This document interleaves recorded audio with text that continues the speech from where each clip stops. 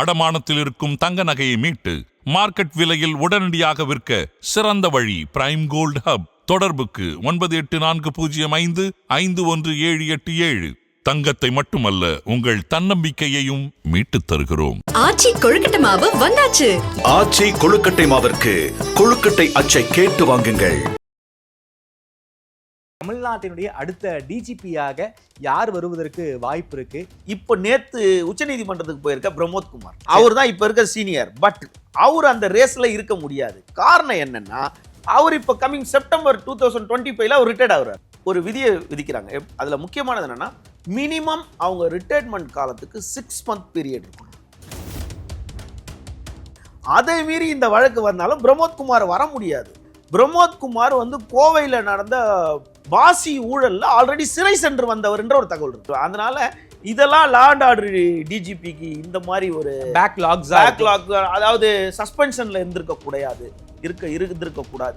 இப்படிலாம் ஒரு மார்க் இருக்குல்ல. ஆனா அவரு கோர்ட்டுக்கு போயிருக்காரு. என்ன வழக்கு போட்டாலும் பிரமோத் குமார் டிஜிபியா வர முடியாது. மோஸ்ட் சீனியர் இப்போ ஒரு ஆபீசர் இருக்காங்க அப்படின்னா, ஜெய்ப்பூர் ராஜஸ்தானை சேர்ந்த சீமா அகர்வால். இவங்க யாருன்னு கேட்டால், முன்னாள் சென்னை பெருநகர காவல் ஆணையராக இருந்த ஏகே விஸ்வநாதன் சார் அவருடைய மனைவி தான் அவங்க. செகண்ட் நீங்க சீனியர் பார்த்தீங்கன்னா ராஜீவ் குமார் சார். மூணாவது சீனியர் பார்த்தீங்கன்னா சந்தீப் ராய் ரத்தோ. இவங்க 3 பேர்ல யாராவது ஒருத்தர் தான் வரணும். ஏடிஜிபியாக இருக்கக்கூடிய டேவிட்சன் தேவா ஆசீர்வாதம் அவர்கள் டிஜிபி பதவிக்கு குறிவைக்கிறாரு. ஸோ அவர் அந்த லிஸ்ட்ல வருவதற்கு வாய்ப்பு இருக்கு அப்படிங்கிற மாதிரிலாம் பேசுறாங்க.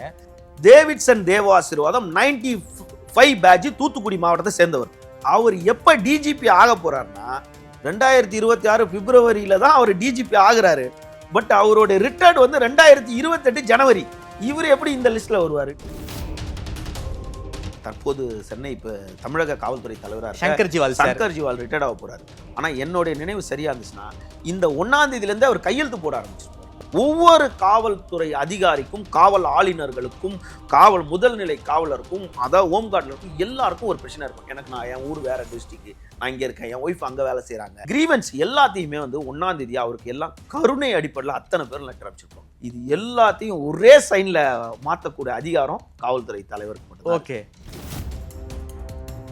இந்த பேனல் திரும்ப 5 வருஷம் பொறுத்து 5 முறை அமைஞ்சு 2025 2032 34 தான் இன்னொரு பெண் பேனல்ல வரதுக்கு வாய்ப்பு இருக்கு. அப்ப இதுக்கு முன்னாடி லத்திகா சரண், அதுவும் கலைஞர் பண்ணது. அப்போ கலைஞரோட ஆட்சி நடந்ததுன்னா சீமா அகர்வால் தான் வரணும். சீமா அகர்வால் தான் ரொம்ப சீனியர் மோஸ்ட் ஆபீசர். சிஎம்மோட சாய்ஸும் இதுவா தான் இருக்கும். ஆதரணையர்களுக்கு அன்பு வணக்கம். இன்று நம்மோடு பத்திரிகையாளர் திருமிகு விமலேஸ்வரன் அவர்கள் உள்ளார். வணக்கம் விமல் சார்.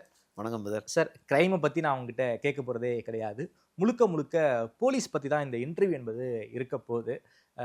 ஒரு கொஞ்ச நாள் தான் இருக்குது. கடலோரத்தில் இருக்கக்கூடிய அந்த வெள்ளை மாளிகையில் யார் புதிதாக அமரப்போகிறார் அப்படிங்கிற கேள்வி தான் சென்னையை பொறுத்த வரைக்கும், அதாவது காவல்துறையை பொறுத்த வரைக்கும் ஒரு மிகப்பெரிய ஒரு கேள்வியாக இருந்து கொண்டிருக்கிறது. தமிழ்நாட்டினுடைய அடுத்த டிஜிபியாக யார் வருவதற்கு வாய்ப்பு இருக்குது? ஏகப்பட்ட பேர் சங்கர் ஜிவால் அவர்களுக்கு எக்ஸ்டென்ஷன் கொடுக்கக்கூடாது அப்படிங்கிற ரீதியில் கோர்ட்டுக்கெல்லாம் போயிருக்காங்க. நேற்றைக்கு மிக முக்கியமான வழக்கு சுப்ரீம் கோர்ட்டில் வந்திருக்கு. மூத்த ஐபிஎஸ் அதிகாரி பிரமோத் குமார் இந்த டிஜிபி லிஸ்ட்டில் என்னுடைய பேரையும் சேர்க்கணும்னு ஒரு மனு சுப்ரீம் கோர்ட்டில் போட்டிருக்காரு. அதுவும் தலைமை நீதிபதி அமர்வில் இந்த மனு என்பது போடப்பட்டிருக்கு. காவல்துறை வட்டாரங்களில் மிகப்பெரிய கேள்வி, யார் அடுத்த டிஜிபி, என்ன சார் நடக்க வாய்ப்பு இருக்கு, எப்படி போய்கிட்டு இருக்கு பேரை யூபிஎஸ்சிக்கு தமிழ்நாடு அரசு அனுப்பிட்டாங்களா? இந்த மாதம், அதாவது ஆகஸ்ட் மாதம் 31ஆம் தேதியோட தமிழக காவல்துறை தலைவர், அதாவது head of the police force, HOP, law and order, அதான் ஹெச்ஓபி ஃபோர்ஸ்னாவே லாண்ட் ஆர்டர் தான். டிஜிபி 10 பேர் எப்போதுமே இருப்பாங்க. டிஜிபிக்கள்ல 10 பேர். அந்த 10 பேர்ல யாரு head of the police force அப்படின்னா அது லா அண்ட் ஆர்டர் டிஜிபி தான்.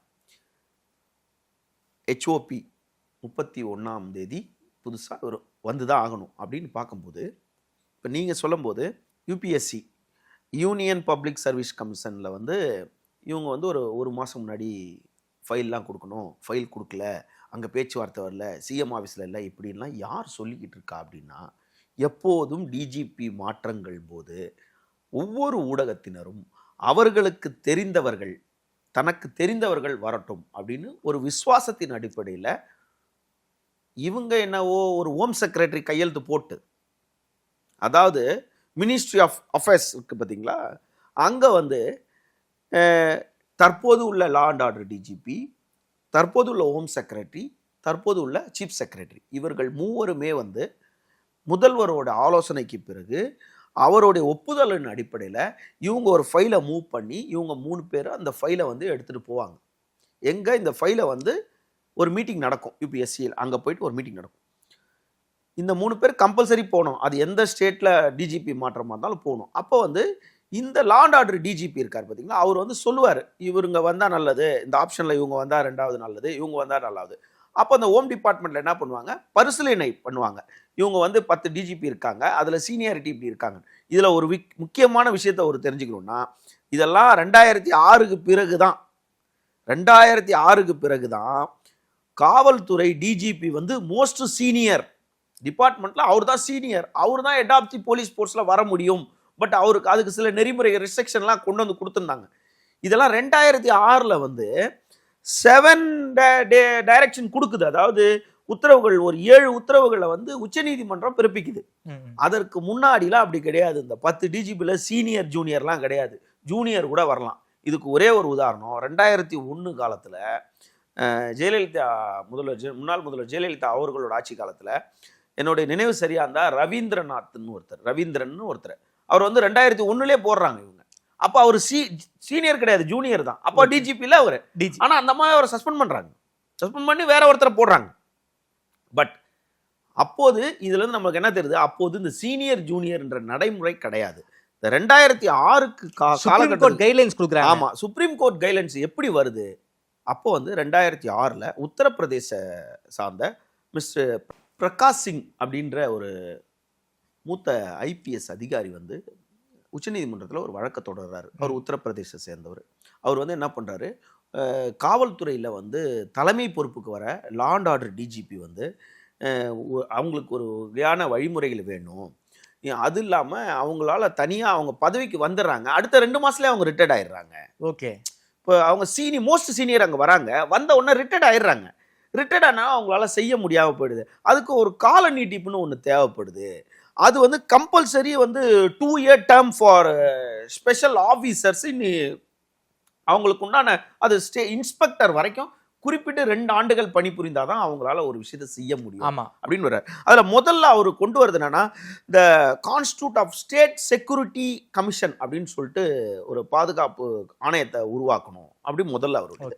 அதுல வந்து ஒரு 7 விதமான உத்தரவு பிறப்பிருக்காங்க. அதுல வந்து fixed 2 year denture for DGP வந்து 2 ஆண்டுகள் அந்த பதவியில் இருக்கணும் அப்படின்னு.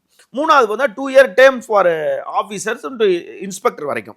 4வது ஸ்பெக்டர் investigation of law and order functions, அதாவது லா அண்ட் ஆர்டரில் என்ன மாதிரி ஒரு மாற்றத்தை கொண்டு வர முடியும், இதெல்லாம் அவர் பண்ணணும்.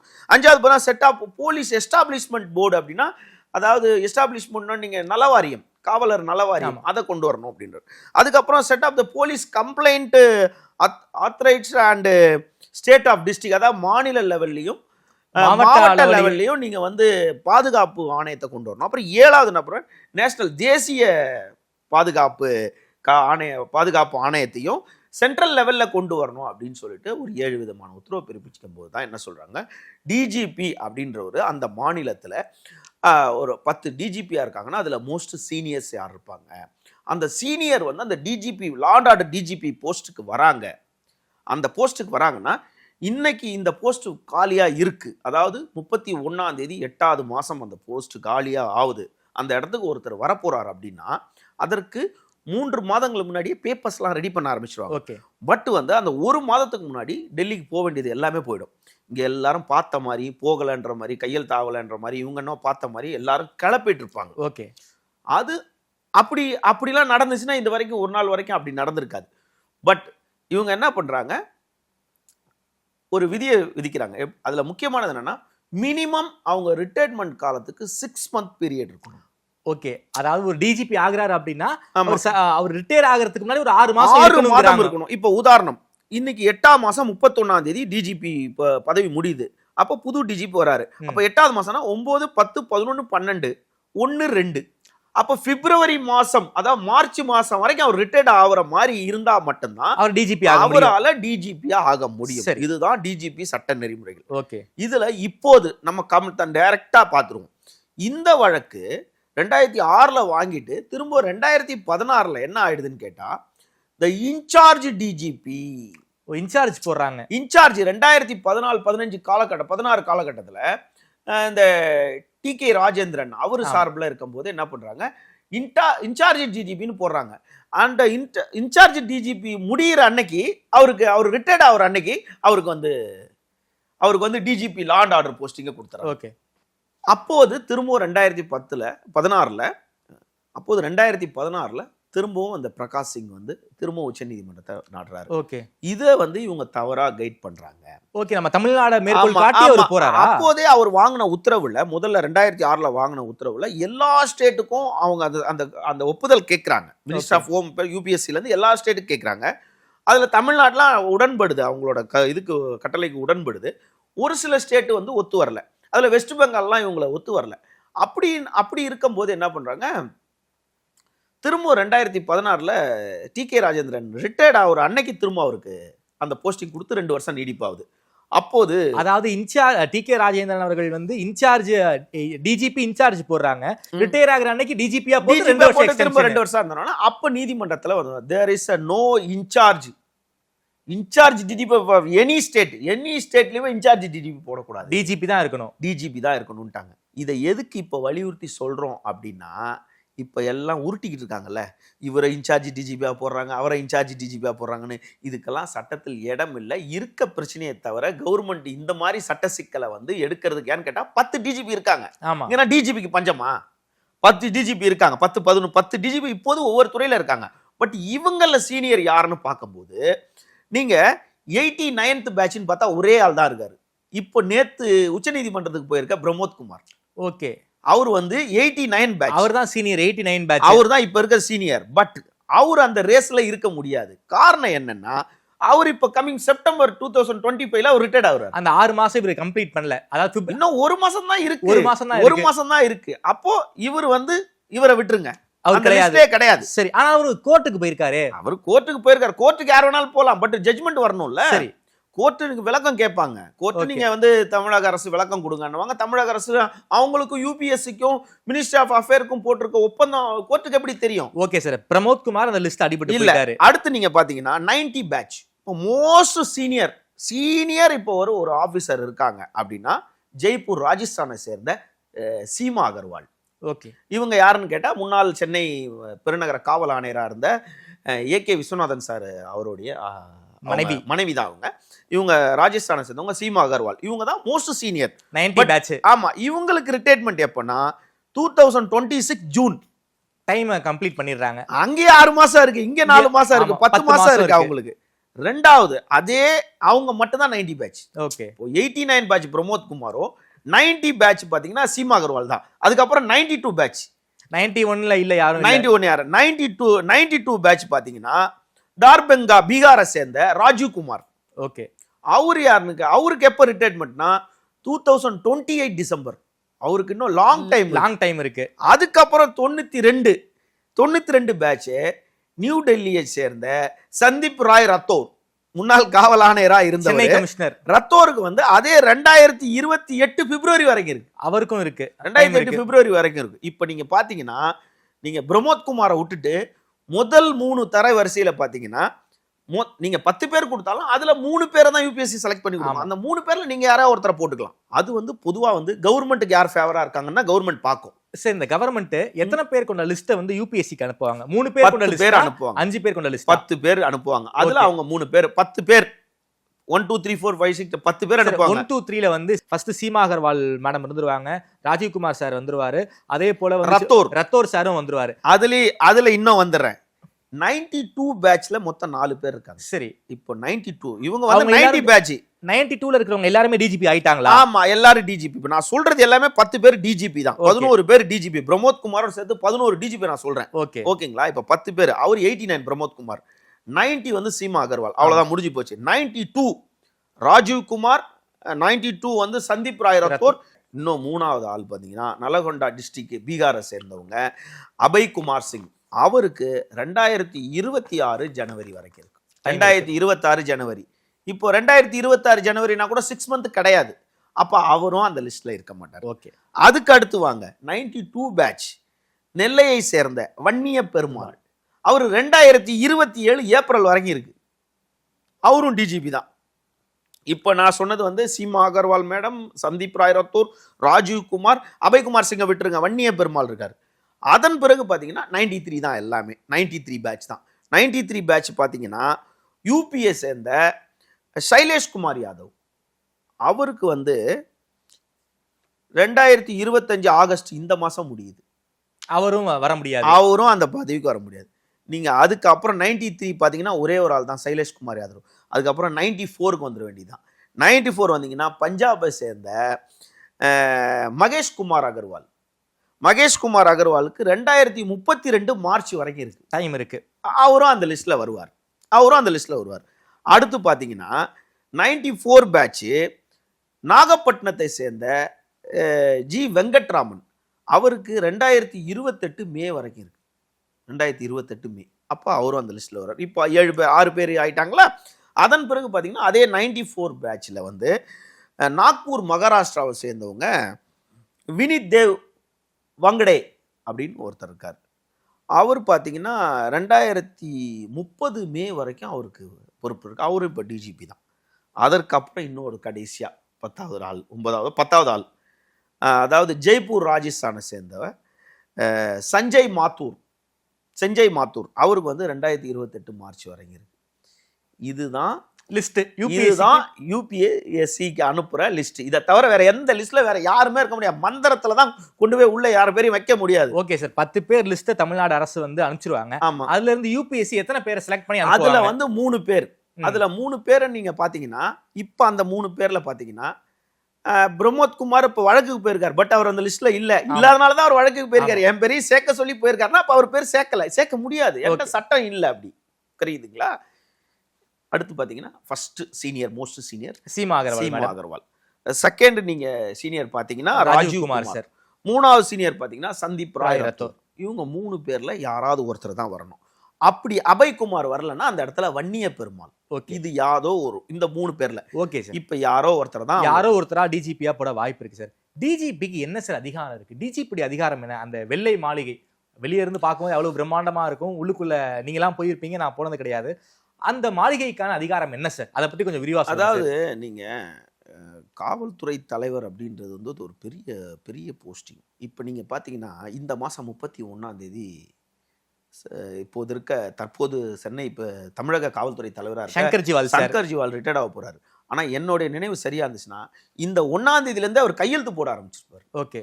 அவ்வளோ கையெழுத்து வரும். தமிழ்நாட்டில் எவ்வளோ போலீஸ் இருப்பாங்க, home card, constables, SI, inspector, sub inspector, என்ன லெவல் அசிஸ்டன்ட் கமிஷனர், எவ்வளோ இவங்களுக்கெல்லாம் ஏதாவது ஒரு காலகட்டத்தில் ஏதாவது ஒரு இடத்துல ஒழுங்கினம் காரணமாகவோ இல்லை மெமோவோ சார்ஜோ டிரான்ஸ்ஃபரோ இல்லை ஏதோ ஒரு டெசர்டர் ஆகிட்டு இருப்பாங்க. ஏதாவது ஒவ்வொரு காவலருக்கும் ஒரு பிரச்சனை இருக்கும். ஓகே. என்ன இல்லைங்க எனக்கு கொஞ்சம் ஒரு சின்ன ஒன்று ப்ராப்ளம் இருக்குது, அதனால எனக்கு ப்ரொமோஷன் வரல. இல்லைங்க எனக்கு கொஞ்சம் ப்ரொமோஷன் தள்ளி போகுது.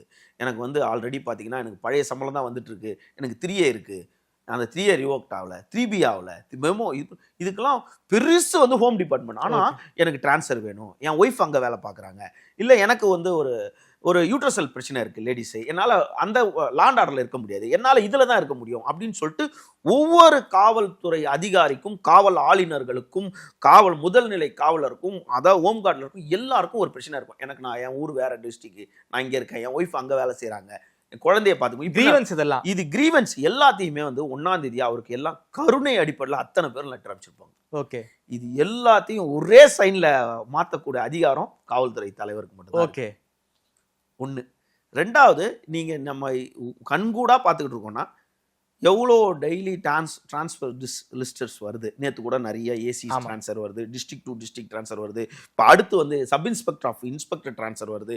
இதுக்கு முன்னாடி ஒரு 260 பேர் வந்துச்சு, அதுக்கு முன்னாடி 140 பேர் வந்து இந்த ஐபிஎஸ் ஆஃபீஸர். இப்போ அதுக்கு முன்னாடி வருண் வந்து இங்கே மாற்றினது. இது எல்லாமே பார்த்தீங்கன்னா ஹோம் டிபார்ட்மெண்ட் வந்து யாரை கன்சிடர் பண்ணணும்னா டிஜிபியை தான் consider. Okay. Home secretary DGP கூட கான்டாக்ட் வச்சுப்பாரு. இப்போ இதுக்கு கீழே ஏடிஜிபி அட்மின் இருக்கு, ஏடிஜிபி இன்டெலிஜென்ஸ் இருக்கு, ஏடிஜிபி லா அண்ட் ஆர்டர் இருக்கு.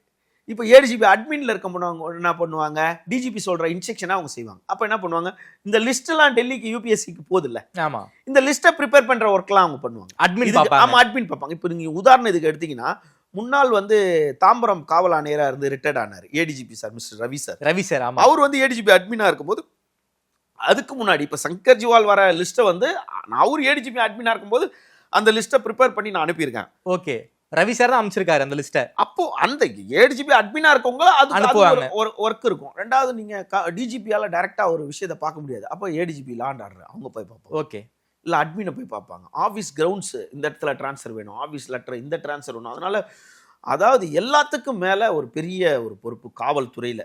அதாவது ஒரே வார்த்தையில டிஜிபியோட பொறுப்பை நம்ம சொல்லிட முடியாது. அது எது நடந்தாலும் டிஜிபி தான்.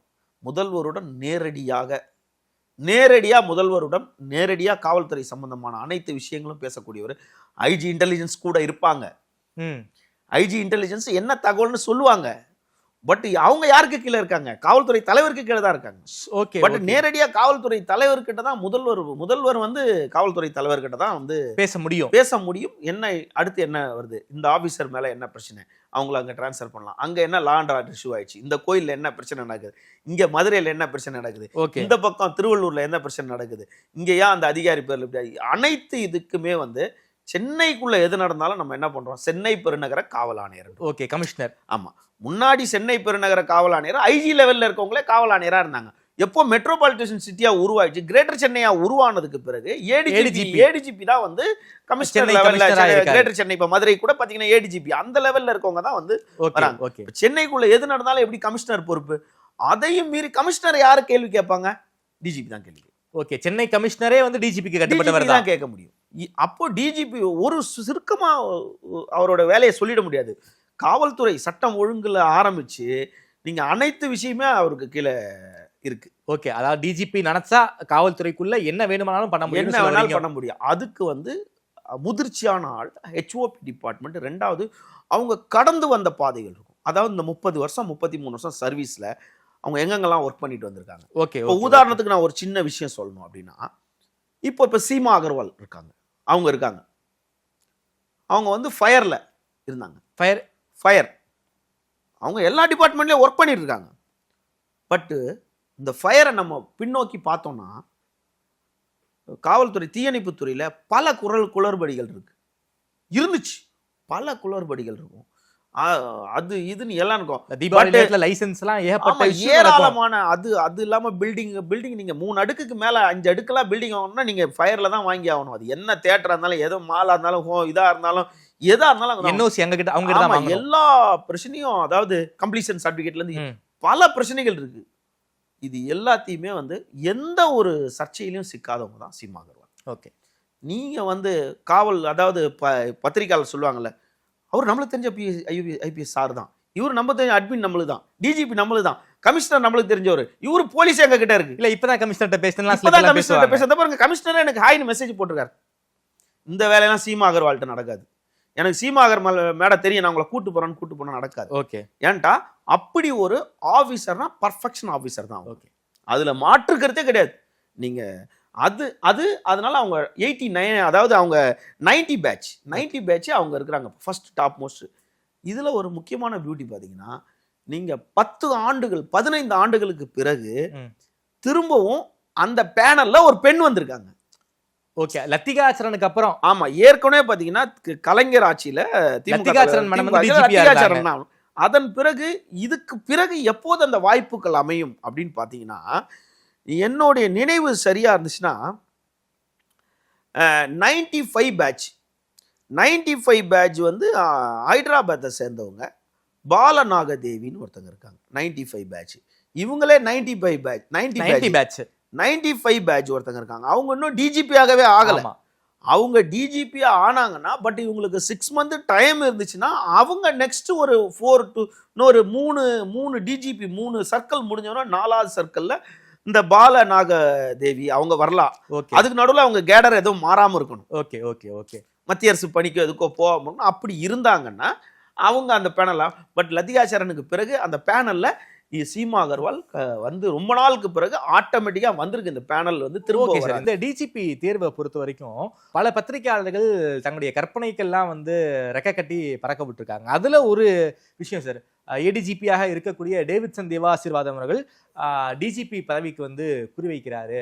ஸோ அவர் அந்த லிஸ்ட்ல வருவதற்கு வாய்ப்பு இருக்கு அப்படிங்கிற மாதிரிலாம் பேசுறாங்க. நீங்க சொன்னீங்க டிஜிபி யாரெல்லாம் டிஜிபியா இருக்காங்களோ அவங்க பேர் மட்டும்தான் தமிழ்நாடு அரசாங்கம் யூபிஎஸ்சிக்கு அனுப்புவாங்கன்னு சொன்னீங்க. அப்படி இருக்கக்கூடிய சூழல்ல ஏடிஜிபியாக இருக்கக்கூடிய டேவிட்சன் தேவா ஆசீர்வாதம் அவர்களுடைய பேர் வந்து அந்த லிஸ்ட்ல வருவதற்கு வாய்ப்பு இருக்கு நிறைய பேர் சொல்றாங்க. எப்படி சார் பேசுறாங்க? குறிப்பாக டேவிட்சன் தேவா ஆசீர்வாதம் அவருடைய பேர் வந்து அந்த லிஸ்ட்ல வருவதற்கு வாய்ப்பு இருக்கா? ஒரே ஒரு சின்ன விஷயம் சொல்லிடுறேன். 2021ஆம் ஆண்டு அக்டோபர் நவம்பர் எண்டு டிசம்பர் காலகட்டத்தில் நான் வந்து அவரு இந்த அரசு அமைஞ்ச உடனே இன்டெலிஜென்ஸா இருக்காரு, இன்டெலிஜென்ஸா இருக்காரு.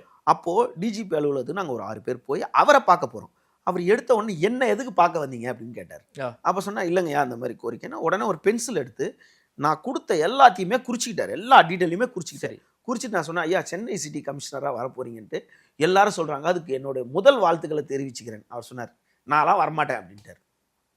ஆனா இங்க உருட்டுனானுங்க தெரியுமா. அடுத்து டேவிட்சன் தேவாசிரம் ஒரே ஒரு விஷயம், இது அவருக்கே தெரிஞ்சாலும் எனக்கு ஒன்றும் பிரச்சனை கிடையாது, பயமும் கிடையாது. டேவிட்சன் தேவாசீர்வாதம் 95 பேட்ச் தூத்துக்குடி மாவட்டத்தை சேர்ந்தவர். ஓகேங்களா. அவர் எப்ப டிஜிபி ஆக போறாருன்னா 2026 பிப்ரவரி மாசம் தான் டிஜிபி ஆக போறார். இன்னும் டிஜிபி ஆகல. இவங்க கதை எப்படி கொண்டு வராங்க, அது வரைக்கும் இன்சார்ஜ் போட்டுட்டு அதுக்கப்புறம் அவர் அப்ப இந்த 10 பேர் சும்மா இருப்பாங்களா? லிஸ்ட்ல இல்லாதவரே கோர்ட்டுக்கு போயிருக்காரு. அத டேவிட்சன் தேவாசீர்வாதமும் விரும்பல. நல்லா புரிஞ்சுங்க, இது இவனுங்க கதை. 2026 பிப்ரவரியில தான் அவர் டிஜிபி ஆகுறாரு. பட் அவருடைய ரிட்டையர்ட் வந்து 2028 ஜனவரி. இவர் எப்படி இந்த லிஸ்ட்ல வருவாரு? இன்னும் டிஜிபி ஆகல. அவரு கூட இருக்கவரு அதே அவருடைய பேட்ச்ல இன்னும் 2 பேர் இருக்காங்க. அதுதான் சந்தீப் மிட்டல்னு சொல்லிட்டு ஒருத்தர், டெல்லிக்காரர் ஒருத்தர் இருக்காரு. டேவிட்சன் தேவாசீர்வாதம், சந்தீப் மிட்டல், அதற்கு பிறகு பாலநாக தேவின்னு சொல்லிட்டு. இதுல ஒரு உண்மையான ஒரு விஷயம் என்னன்னா, இப்போ 2028 ஜனவரியில அவருடைய பதவி காலம் முடியுது. யாரு? டேவிட்சன் தேவாசீர்வாதம் பதவி காலம் முடியுது. பட் இப்போது செப்டம்பர்ல ஒரு புது டிஜிபி வராரு 1ஆம் தேதி. 2027 செப்டம்பர்ல அந்த டிஜிபி ரிட்டையர்ட் ஆயிடுவாரு. கரெக்டா? ஆகஸ்ட் ரிட்டையர்ட் ஆயிடுவாரு. அப்ப செப்டம்பர், அக்டோபர், நவம்பர், டிசம்பர், ஜனவரி மாசம் ரிட்டையர்ட் ஆக போற 2028 டிசம்பர் ரிட்டையர்ட் ஆக போற டேவிட்சன் தேவாசீர்வாதத்துக்கு 6 மாசமே இருக்காது, 5 மாசம் தான் இருக்கும். அப்பயும் அந்த பேனல்ல அவர் இருப்பாரான்றது டவுட் தான். ஓகே, புரியுதா உங்களுக்கு? செகண்ட் பேனல்ல கூட அவருக்கு 5 மந்த் தான் இருக்கு. அது நம்மளுக்கு அக்யூரேட்டா நம்மளுக்கு ஓரளவுக்கு ப்ரிப்பேர் பண்ணி தெரிஞ்சு கொண்டு ஆய்வு செய்து ஆதாரப்பூர்வமா சொல்றோம். Okay okay okay. பட் அவரே அதை விரும்ப மாட்டார். இவங்க தான் அதை அதாவது பண்றாங்க, இவங்க ஃபிக்ஸ் பண்ணிடுறாங்க. ஒருத்தர் அதுக்கு முன்னாடி ஒருத்தர் ஒரு 3 வாரம் முன்னாடி 31ஆம் தேதி சங்கர் ஜிவால் ரிசைன் பண்றாருன்னாரு. அப்புறம் 2 வாரம் பொறுத்து என்னங்க நீங்க ரிசைன் பண்ணீங்க, சொல்ல அவர் ரிசைனே பண்ணலன்னு. இல்ல நான் சொன்னது வந்து ரிசைன் பண்ண கூடாதுன்றதுக்கு தான் இப்படி சொன்னேன். ஈயம் பூசின மாதிரியும் ஈயம் பூசாத மாதிரியும் சொல்லிட்டு அதுல அடுத்த பேனல்ல, அடுத்த டிஜிபி பேனல்ல நிச்சயமாக வந்து ராஜீவ் குமாரும் இருப்பாரு. ஓகே. ஆனா அவருக்கு 3 மாசம் தான் டைம் இருக்கும். சந்தீப் ராய் ரத்தோர் அவரும் இருப்பாரு. அவருக்கு அந்த டைம்ல 6 மாசம் டைம் இருக்கும். ஓகே.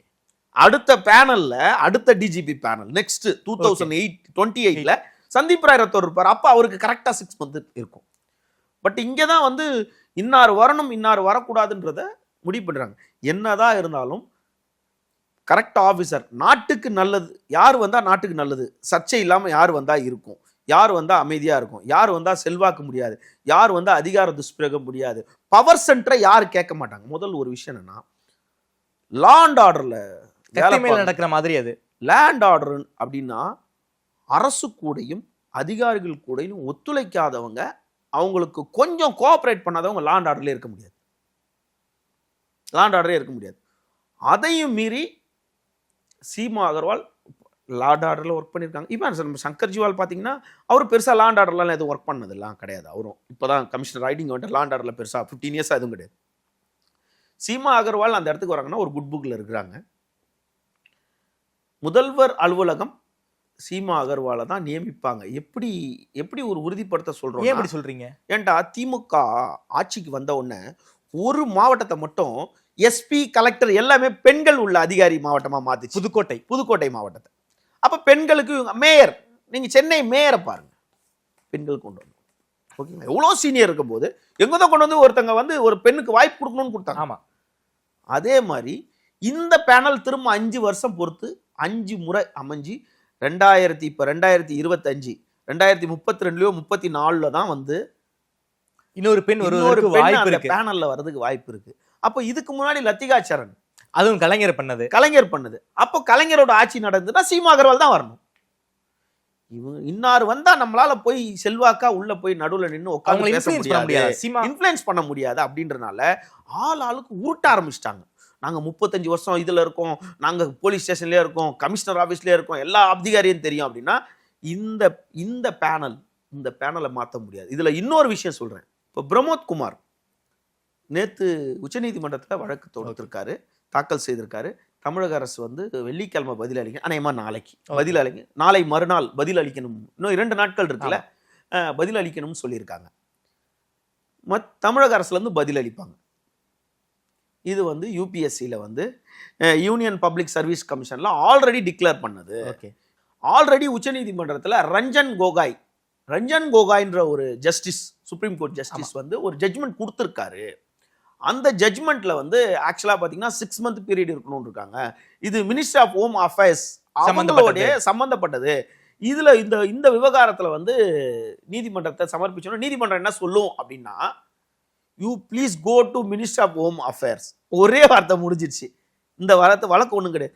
அதை மீறி இந்த வழக்கு வந்தாலும் பிரமோத் குமார் வர முடியாது. ஏன்னா 6 மாசம் டைம் இல்ல அவருக்கு. 6 மாசம் டைம் இல்லைன்றது ஒண்ணு.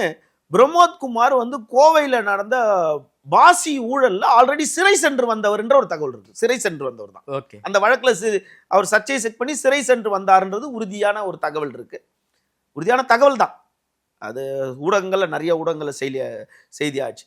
சிறை சென்று, அதனால இதெல்லாம் லா அண்ட் ஆர்டர் டிஜிபிக்கு இந்த மாதிரி ஒரு பேக்லாக், அதாவது சஸ்பென்ஷன்ல இருந்திருக்க கூடாது, இப்படிலாம் ஒரு மார்க் இருக்குல்ல. இது என்ன 10 பேர் இருந்தாலும் இந்த மார்க்னு ஒரு மார்க்லாம் போடும்போது இப்படிலாம் ஒரு சில இதனால பிரமோத் குமார் வழக்குன்றது யாரோ ஒருத்தர் சொல்லி இந்த டிஜிபி பேனல்ல மீதி 2-3 பேர் இந்த நடுவில் இந்த 5 மாசம் 4 மாசம் ரிட்டையர்ட் ஆக போறாங்க, 6 மாசம் இருக்கும், நீங்க அதுல இந்த ரேஸ்ல இருந்து ஒதுக்கிறேன்னு லெட்டர் கொடுங்க, பின்னால இருக்கவங்க முன்னால வந்துடலாம். அதான் நம்ம ஸ்கூல்ல சொல்லுவோம்ல, ஒப்பிக்கிறதுக்கு மிஸ் கிட்ட லைனா நிற்கும் போது கிட்ட போயிட்டு என்ன பண்ணுவாங்க, நிறைய பேர் நீங்களும் பண்ணிருப்பீங்க, நானும் பண்ணுவேன், கிட்ட போட என்ன பண்ண, நம்ம படிக்கலன்னு திரும்ப வந்து பின்னால வந்து நிற்போம்ல.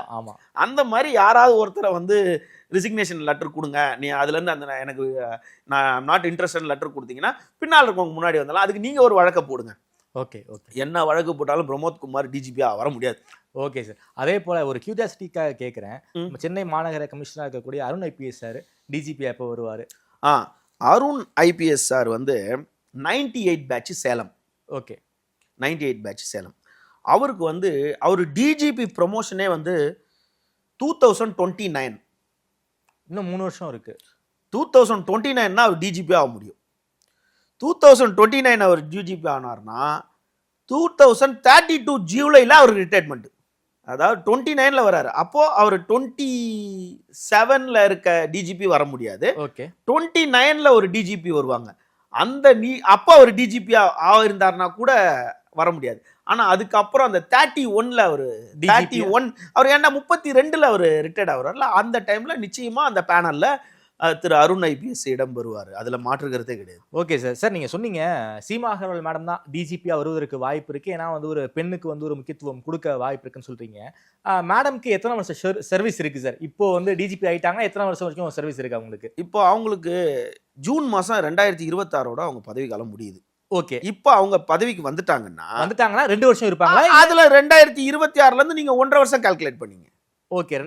ஜூன் அப்ப 2026 கம்ப்ளீட்டா இருந்துருவாங்க, 2027 கம்ப்ளீட்டா இருந்துருவாங்க. அந்த டைம் தான் நம்ம ஏற்கனவே சொல்லியிருக்கோம், 2027 செப்டம்பர் வரைக்கும். 2027 செப்டம்பர் வரைக்கும் ஆமா. இவங்க தான் டிஜிபியா இருக்க ஆமா, வாய்ப்பு இருப்பாங்க, இருக்கு. அதாவது ஒரு இருக்காங்க. 6 மாசம் டைம் இருக்கும். ஆமா. 6 மாசம் டைம் இருக்கும்போது அவங்க வந்து டிஜிபி ஆமா. ஆயிருவாங்க. பிளஸ் 2 வருஷம் எக்ஸ்டென்ஷன் அவங்களுக்கு ஆமா. ஆகும்னு சொல்ல வரீங்க. ஆமா, ஆமா. அதுக்கு நடுவுல எல்லா பத்திரிகையாளர்கள் பலரும் பப்ளிக்காக தான் நம்ம சொல்றோம். Okay, பத்திரிகையாளர்கள் சொல்ல பல பேர் சொல்லுவாங்க, அவர் டெல்லியில கடையா கிடைக்கிறாரு, இவர் டெல்லியில அதிகார மையத்துல ஆள் வச்சிருக்காரு, இங்க பவர் சென்டர்ல ஆள் வச்சிருக்காரு, கிச்சன் கேபினெட்ல ஆள் வச்சிருக்காரு, மாப்பிள்ளை வீட்டுல ஆள் வச்சிருக்காரு, மச்சின வீட்டுல ஆள் வச்சிருக்காரு, முதல்வர் வீட்டுல ஆள் வச்சிருக்காரு. இந்த எந்த ஆள் வச்சிருந்தாலும் இந்த லிஸ்ட் தான். ஓகே. இந்த லிஸ்ட்ல சீமா அகர்வால் மேடம் தான் டிஜிபி ஆகுறாங்கங்கறீங்க. அவங்க இருக்காங்க. அதாவது ராஜீவ் குமார், சந்தீப் ராய் ரத்தோர், சீமா அகர்வால் அவங்க 2 பேரும் 92 பேட்ச், இவங்க 90 பேட்ச். 90 but batch. இவங்க அந்த மோஸ்ட் சீனியரா இருக்கனால பட் நான் கரப்டட் ஆபீசரா இருக்கிறாங்க. ஈஸியா வந்து லா அண்ட் ஆர்டர், அதாவது நல்ல டீப்பா இதுல பாத்தீங்கன்னா தமிழர்னு பாத்தீங்கன்னா ஒரே ஒருத்தர் தான் இருக்காரு. இப்ப வன்னிய பெருமாள் தான் இருக்காரு. அவரை பத்தி சொல்லணும்னு கேட்டா நான் கேள்விப்பட்ட விஷயம், அவர் ஒரு ஆர்டர் லீவ் கூட அவர் வீட்டுல யூஸ் பண்ணதே இல்லையா. அவர் யூஸ் பண்ணதே இல்லை அப்படின்னு பல பேர் நமக்கு மூத்தவர்கள்லாம் நிறைய பேர் நம்ம கிட்ட சொன்னாங்க. நம்மளும் கொஞ்சம் கேட்டுக்கிட்டோம் அவரை பத்தி. பட் வந்து சீமா அகர்வால் தான் ரொம்ப சீனியர் மோஸ்ட் ஆபீசர். ரொம்ப சீனியர் மோஸ்ட் ஆபீசர். பட் சிஎம்மோட சாய்ஸும் இதுவா தான் இருக்கும். நம்ம தமிழ்நாடு அரசு வந்த பிறகு அந்த சிஎம் உடைய அந்த கான்வாய் வரும்போது அந்த பந்தோபஸ்துக்கு வந்து ஒரு பெண் காவலர்கள் நிற்கக்கூடாது அப்படிங்கிறத ஆர்டர் ஒன்று போட்டாங்க. அதே போல இந்த பெண் காவலர்களுக்கு தனியாக ஒரு கழிவறை, நடமாடும் கழிவறையெல்லாம் வந்து தமிழ்நாடு அரசு ப்ரொவைட் பண்ணி கொடுத்தாங்க. ஒரு பெண் டிஜிபியா வராங்க அப்படின்னா பெண் காவலர்களுக்கு பல்வேறு கஷ்டம் இருக்கும். அதையெல்லாம் அவங்க பூர்த்தி பண்ணுவாங்களா? என்ன மாதிரியான கஷ்டங்கள் இருக்கு? அதை வந்து எப்படி வந்து அவங்க ரெக்டிஃபை பண்ணணுங்கிற விஷயத்தை பத்தி நீங்க சொல்லுங்களேன். அதாவது டிஜிபியா வந்து திருப்பாதி இருந்தார். அப்ப அவர் என்ன போட்டார்னா, நல்லா எனக்கு நினைவு இருக்கு, காவல்துறை கோப்புகள் அனைவத்திலையும் தமிழ்ல தான் இனிமேட்டு இடம் பெறணும் அப்படின்னு. அவரும் தமிழ்ல தான் பேசுவார்னு வச்சுக்க, நல்ல மனுஷன். அந்த ஆர்டரோட சரி, அதுக்கப்புறம் நடக்கல. அதுக்கப்புறம் சைக்கிள் ஓட்டிட்டு இருந்தாரு டிஜிபி சைலேந்திர பாபு சார். அவர் அந்த ஆர்டரை போட்டாரு. அதோட தான் அவர் போட்ட ஆர்டர் பெட்டர்மெண்ட் அவரும் ஒன்று போட்டார். இனிமேட்டு வந்து அதாவது முதல்வர் மினிஸ்டர் போக்குவரத்து பயணத்துல வந்து இப்போ சாலையில வந்து பெண்கள் வந்து நிற்கக்கூடாது, பாதுகாப்பு பணியில் ஈடுபடக்கூடாது அப்படின்னாரு. அதை அவரும் மறந்துட்டாரு, அந்த ஆர்டரும் மறந்து போச்சு. அதுக்கு பிறகு சங்கர்ஜிவாலா அதே போட்டாரு. நீங்களே போய் பாருங்க, எங்கேயாவது ரோட்ல நிக்காம இருக்காங்களா? ஏதாவது ஒரு இடத்துல நின்றுட்டு தான் இருங்க. அதெல்லாம் இப்போ ஒரு பெண்கள் அப்படின்னு வரும்போது, ஒரு பெண் டிஜிபி வரும்போது ஒரு புது மலர்ச்சி. அதாவது பெண் மகளிர் காவல் நிலையத்தை கொண்டு வந்தாங்க. இன்னைக்கு சரிசமமா இருக்கிறாங்க மகளிர்கள். அப்போ இவங்களோட இதை வந்து புரிஞ்சிக்கக்கூடிய தன்மை வந்து ஒரு டிஜிபி இருக்கும்போது அவங்களுக்கு தெரியும், என்னோட குழந்தை இங்க படிக்குது, என் ஹஸ்பண்ட் அங்க இருக்காரு, என்ன ஒரேடியா அந்த அங்க தூக்கி போட்டீங்கன்னா நான் எப்படி அங்க போவேன், எனக்கு இந்த மாதிரி உடல்ல பிரச்சனை இருக்கு, என்னால நைட்ல வர முடியாது, எனக்கு டயாபெட்டிக் இருக்கு, எனக்கு வந்து இந்த மாதிரி இன்சுலின் போட்டுக்கிற பிரச்சனை இருக்கு, எனக்கு யூட்ரஸல் பிரச்சனை இருக்கு, இந்த மாதிரி பல பிரச்சனைகள். அதாவது காவல்துறையில் இருக்க பெண்களுக்கு வந்து பல பேர் வந்து நீங்க பாத்தீங்கன்னா அவங்களோட பேக்ல அவங்க கம்பல்சரி மாத்திரை இல்லாம நிறைய பேர் இல்லை. அப்போ அவங்களுக்குலாம் என்ன மாதிரி இலகுவான பணியை கொடுக்கணும் அப்படின்றத ஒரு பெண்ணால அவங்களால புரிஞ்சுக்க முடியும். ஒரு விதமான கொஞ்சமாவது மாற்றத்தை பெண்கள் காவல்துறை சம்பந்தமா அவங்க கொண்டு வருவாங்கன்ற ஒரு நம்பிக்கை இருக்கு. அதை வந்து சீமா அகர்வால் காப்பாத்துறாங்களா இல்ல வழக்கமான அதே டிஜிபியா இருக்காங்களான்னு அவங்களோட நடைமுறையில தான் கண்டுகொள்ளும். ஓகே சார், நன்றி சார். குறிப்பாக வந்து ஒரு பெண் காவல்துறை தலைமைக்கு, அதாவது டிஜிபியா வந்தாங்கன்னா ஒரு பல்வேறு மாற்றங்கள் வரும், பெண் காவலர்கள் சார்ந்த பல்வேறு மறுமலர்ச்சிகள் ஏற்பட வாய்ப்பு இருக்குன்னு சொல்றீங்க. என்ன நடக்க போது, யார் அந்த லிஸ்ட்ல இருக்க போறாங்கன்னு நமக்கு தெரியாது, சிஎம் யாரை வந்து சூஸ் பண்ண போறாங்கன்னு தெரியாது. ஒரு சிஎம் ஆஃபீஸுடைய முடிவு தான்.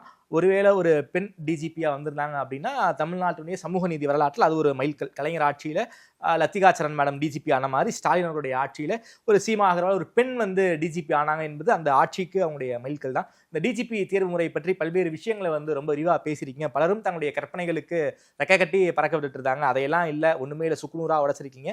நேரில் நேரம் கொடுத்து பேசியமைக்கு நன்றி மல் சார். மிக்க நன்றி.